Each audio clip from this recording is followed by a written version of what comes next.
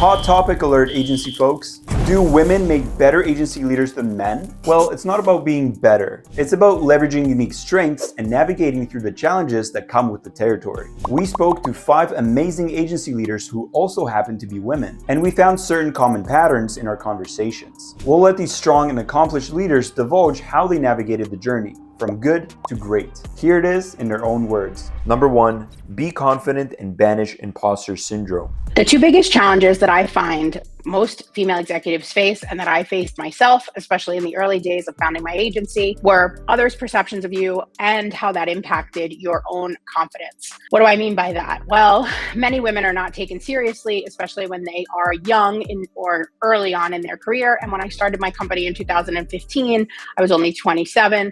I had been consulting for almost 8 years at that point on the side of all of my full-time jobs as well. The biggest challenge was figuring out what that meant for me and how to overcome it. And that goes into your own self-development, self-confidence, and doing a lot of self-help work to really get clear on what makes you unique as an individual, as a leader, and how you can translate that into your marketing materials for your own company, your team, and to highlight your own wins along the way. I see it as I'm an entrepreneur. I'm trying to scale my business. I'm trying to secure the right type of clients. I'm trying to keep all the balls juggled in the air at the same time. And I'm trying to do it at the very top of my game. I expect excellence. I expect to be the best, and that's what I expect from my people. So I don't feel like I haven't been successful or haven't had enough success because I'm a female. I feel like you've got to earn it. You've got to put in the work, you've got to put in the time, and that's what I've done, and that's what I'll continue to do. Male or female, doesn't really matter to me. I'm here to work, and I'm here to be the best. As an agency leader, the 2 biggest challenges I face are internally. They're fear and imposter syndrome. It's not necessarily gender-based at all, but rather comes from my own insecurities. I believe that the key to overcoming most challenges is that we find what we look for. I consistently seek the positive, spend quality time, and have a solid morning routine that sets me up for success. I focus on what I can achieve and how I can impact others, not on what the world says is the challenge for the day. Number 2, leverage your empathy. I believe that while we were all created to be equal, we do all bring our own set of strengths, skills, and experiences. Women tend to be more emotional, and I don't mean that in a negative way. We're born and designed with what I believe to be a higher level of emotional intelligence, empathy, and compassion. It's like a mothering instinct baked right into us. In my agency, I bring all of that into how I care for my team and our clients, from hiring to mentoring to retaining our team and to, yes, even firing.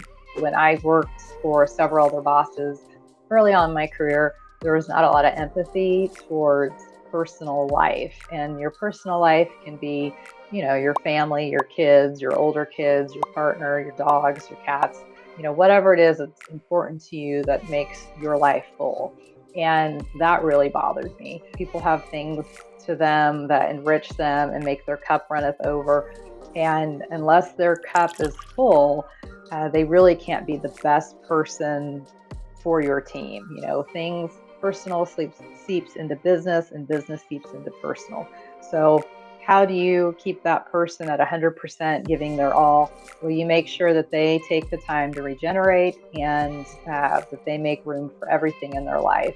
It sometimes comes really naturally to me to empathize with my employees and to maybe see things from their point of view. And I think that having a female leadership team, even within my business, has really enabled us to build a culture where people feel cared for, where even when employees move on from our company for really good reasons, they have wonderful things to say about how cared for they felt at our business. And that is really valuable for building a team that will work hard for our business and that will work hard for our clients and helps our team get through hard days when maybe our clients aren't always super appreciative or they have a rough day.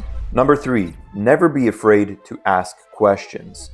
You ask the question, you expect an answer. Sometimes people don't have those answers, and I think it makes them feel insecure that you're asking that question.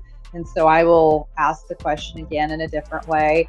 I'll ask them to clarify their point. And I think sometimes people are too shy, and women are too shy about forcing the issue of not understanding someone's question. And I don't think it makes you stupid. I don't think it makes you any less of an expert. I think what it does is it sets the stage for you to be that expert and to explain why you're wanting to know that answer and why it's important, and that you aren't going to be pushed around when somebody tries to force a no on you or tries to get you to maybe stop being persistent in that questioning. So I think you should always ask questions and pursue it to the end. Number 4, no need for justification. I have overcome the need to justify my decisions. I speak factually and make clear statements regarding my stance on certain tasks, projects, or approaches. As an expert in this industry, I've learned to clearly state my recommendations, and often the clients adhere to those. It's key as a female leader to be firm, not over-explain or justify. There is a very kind way to say little and express a lot.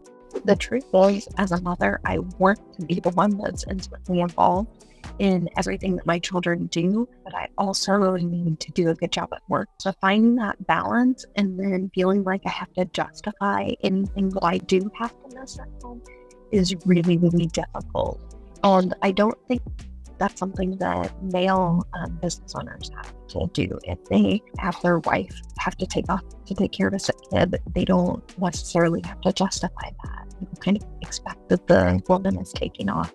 Whereas as a female business owner, if I have to have my husband take off to take care of a sick kid, I do usually have to feel that need to justify it, or somebody might make a comment about it.